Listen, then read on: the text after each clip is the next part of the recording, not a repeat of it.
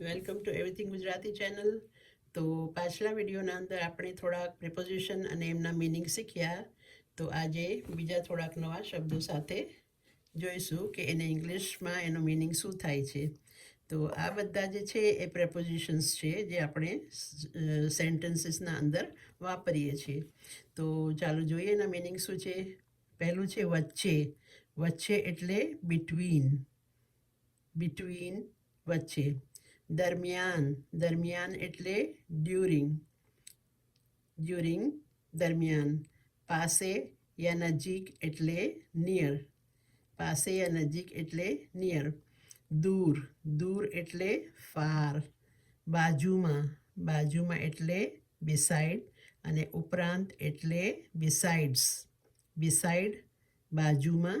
Besides, ઉપરાંત. એના ઉપરાંત આપણે કહીએ ને એવી રીતે.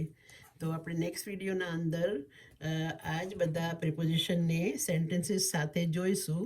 તો આપણને સમજ પડે કે એને કેવી રીતે વાપરવાના છે. જેવી રીતે અહીંયાથી સમજો એક લઈએ આપણે કે ડ્યુરિંગ. તો my meeting was during the lunch. તો મારી મીટિંગ જમવાના સમય દરમિયાન હતી. પછી આ છે પાસે યા નજીક. તો નજીક my school is near my house. મારી નિશાળ મારા ઘરના પાસે છે, એ મારા ઘરથી નજીક છે. Or you can say far એટલે દૂર. તો my house is not too far from my school.